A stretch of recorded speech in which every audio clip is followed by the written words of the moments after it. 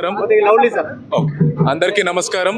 మీ అందరికీ తెలుసు, రేపు మన ఉత్తరాంధ్రకి ఎంతో ప్రాముఖ్యమైన Alluri Sitaramaraju international ఎయిర్పోర్ట్ని honourable prime minister గారి చేతుల మీదుగా మనం అందరం ఇనాగ్రేట్ చేసుకోబోతున్నాం. గత వారం రోజుల నుంచి ఎంటైర్ ఉత్తరాంధ్ర ఈ అకేషన్ని సెలబ్రేట్ చేసుకుంటుంది. ఉత్తరాంధ్ర కళలకు రెక్కలు అన్న ఒక స్లోగన్తో, నినాదంతో ప్రజలందరూ ఈ కార్యక్రమంలో పాల్గొనాలని ప్రభుత్వం చాలా యాక్టివిటీస్ టేకప్ చేసింది. దానిలో భాగంగా ఈరోజు విశాఖపట్నంలో బీచ్ వాక్ మరియు ఫ్లాష్ మాబ్ని టేకప్ చేయడం జరిగింది.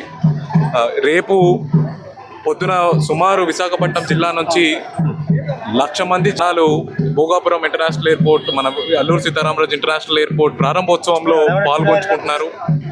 ఎవరికైతే ఈ ఇంటర్నేషనల్ ఎయిర్పోర్ట్ ద్వారా వాళ్ళకు ఒక ఎకో సిస్టమ్ క్రియేట్ అవుతుందో, ఎంప్లాయ్మెంట్ ఆపర్చునిటీస్ క్రియేట్ అవుతుందో, ఫ్యూచర్ గ్రోత్లో పాలు పంచుకోబోతున్నారో వాళ్ళందరూ ఈ కార్యక్రమంలో పాల్గొనాలి అని చెప్పి గవర్నమెంట్ వాళ్ళందరికీ ప్రతి విలేజ్ నుంచి, ప్రతి మండల్ నుంచి బస్సెస్ ఏర్పాటు చేయడం జరిగింది. వాళ్ళందరూ ఎటువంటి ఇబ్బంది పడకుండా ఎయిర్పోర్ట్ చేరుకునే విధంగా చాలా కంప్లీట్గా అరేంజ్మెంట్స్ చేయడం జరిగింది. వాళ్ళకి భోజన సదుపాయాలు కూడా అరేంజ్ చేయడం జరిగింది. ఇవే కాకుండా రేపు మన విశాఖపట్నం జిల్లాలో ఇండియన్ సెమీకండక్టర్ మిషన్ కింద ASIP అనే ఒక సాఫ్ట్వేర్ కంపెనీ, సెమీకండక్టర్ కంపెనీని కూడా మనం ఫౌండేషన్ స్టోన్ వేసుకోబోతున్నాం ఆనరబుల్ ప్రైమ్ మినిస్టర్ గారి చేతుల మీదుగా.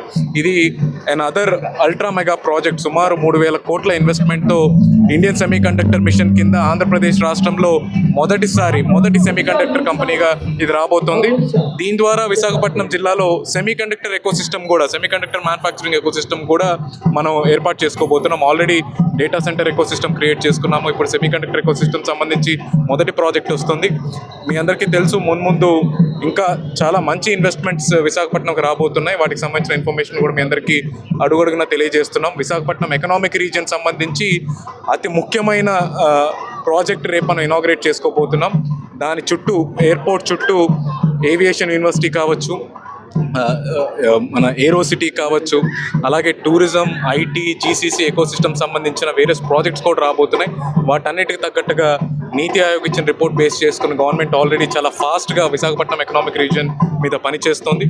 రాబోయే రోజుల్లో విశాఖపట్నం ఎకనామిక్ రీజియన్ సంబంధించి చాలా ఎగ్జైటింగ్ ప్రాజెక్ట్స్ గురించి కూడా గవర్నమెంట్ అనౌన్స్మెంట్ చేయబోతుంది. ప్రజలందరికీ ప్రభుత్వం తరపున, డిస్ట్రిక్ట్ అడ్మినిస్ట్రేషన్ తరపున రేపు జరగబోతున్న ప్రారంభోత్సవంలో పాల్గొనాలని, ఈ ప్రాజెక్ట్ యొక్క, ఎయిర్పోర్ట్ యొక్క ప్రాముఖ్యతను అందరూ తెలుసుకోవాలని చెప్పి రిక్వెస్ట్ చేస్తున్నాం. Thank you.